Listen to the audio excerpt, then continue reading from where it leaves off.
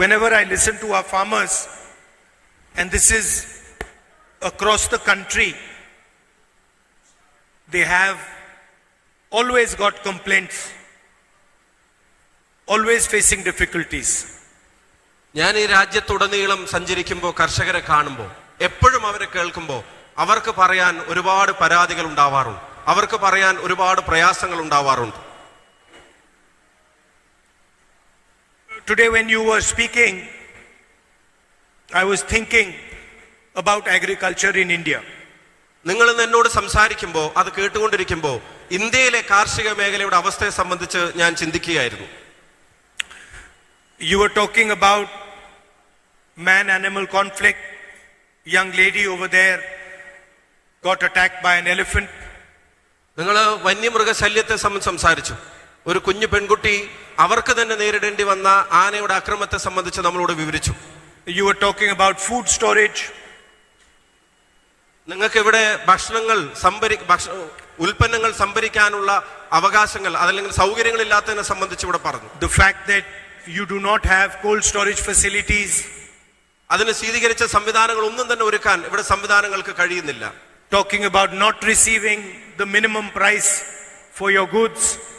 കഷ്ടപ്പെട്ടുണ്ടാക്കുന്ന ഉൽപ്പന്നങ്ങൾക്ക്, പഴവർഗ്ഗങ്ങൾക്ക്, പച്ചക്കറികൾക്ക് minimum support price, നിങ്ങൾക്ക് താങ്ങുവില പോലും ലഭിക്കുന്നില്ല.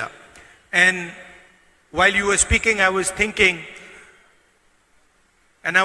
about this building.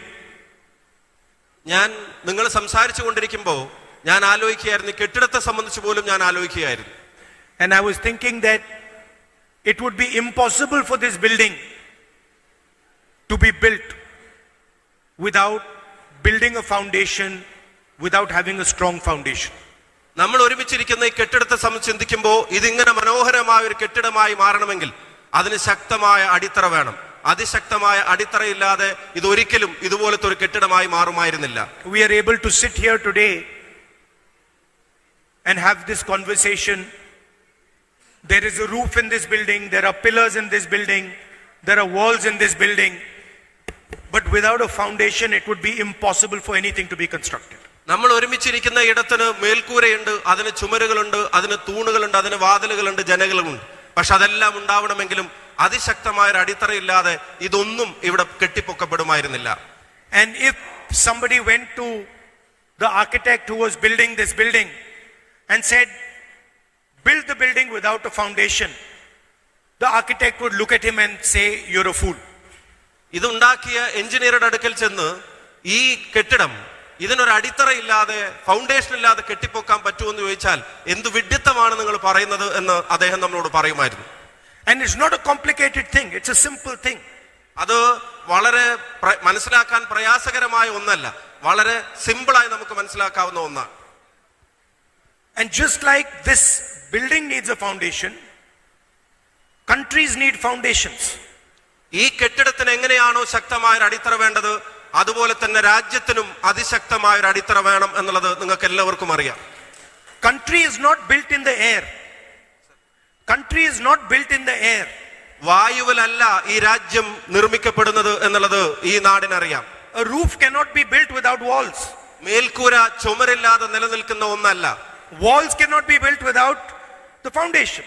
ആ ചുമരുകൾക്ക് അടിത്തറയായി ഫൗണ്ടേഷൻ ഇല്ലെങ്കിൽ അതിനും നിലനിൽക്കാൻ കഴിയില്ല. And yet the simple fact that our farmers and agriculture is the foundation of India is not understood. വളരെ ലളിതമായി ഞാൻ പറയാൻ ആഗ്രഹിക്കുന്നു, ഈ പറഞ്ഞതുപോലെ ഇന്ത്യ രാജ്യത്തിന്റെ അടിത്തറ എന്ന് പറയുന്നത്, അടിത്തറയുടെ കരുത്ത് എന്ന് പറയുന്നത് ഇന്ത്യയുടെ കർഷകനാണ് എന്ന് പറയാൻ ഞാൻ ആഗ്രഹിക്കുന്നു. Long lectures are given about IT, about everything else, but nobody says that nothing can be built in India without a foundation, and the foundation is the Indian farmer. വികസനത്തിന്റെ ഏത് വാതായനങ്ങൾ തുറന്നു കാണണമെന്ന് ആഗ്രഹിച്ചാലും, ഇന്ത്യയിൽ എന്തെല്ലാം നിർമ്മിക്കണമെന്ന് നമ്മൾ ആഗ്രഹിച്ചാലും അതൊരടിത്തറയില്ലാതെ നടക്കില്ല. അതിനൊരടിത്തറ ഉണ്ടെങ്കിൽ ഞാൻ ഉറച്ചു വിശ്വസിക്കുന്നു അത് ഇന്ത്യയുടെ കർഷകരാണ് എന്നുള്ളത് ഞാൻ ഉറച്ചു വിശ്വസിക്കുന്നു. And it is not just that the farmer is the foundation.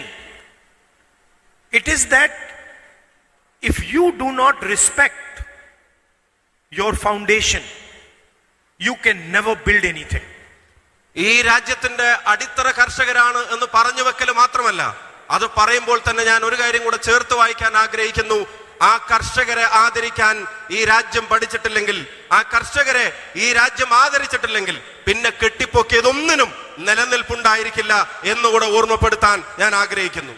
And if there is one problem in our country, it is that the person who produces the foundation, the person who gives his entire life to build the foundation of our country, does not have any respect and any protection.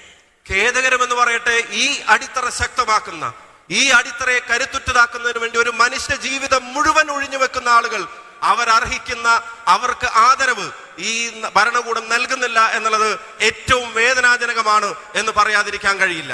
We eat food every day, but we never remember how that food came to our table. Who put that food on our table? We never remember that.